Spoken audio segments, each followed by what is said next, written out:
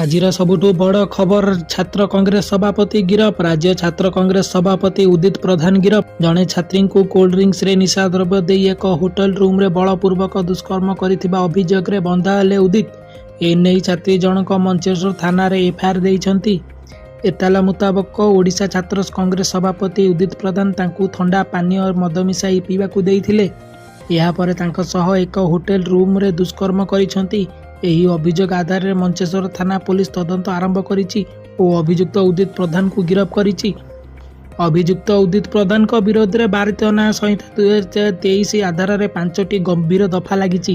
ସେପଟେ ରାତି ଅଧିଆ ଉଦିତଙ୍କୁ ଗିରଫ କରିବା ପରେ ଅଭିଯୋଗକାରୀଙ୍କ ମେଡିକାଲ ଟେଷ୍ଟ ସକାଳୁ କରାଯିବା ସହ ନମୁନା ସଂଗ୍ରହ କରାଯିବ ନେଇ ସୂଚନା ମିଳିଛି।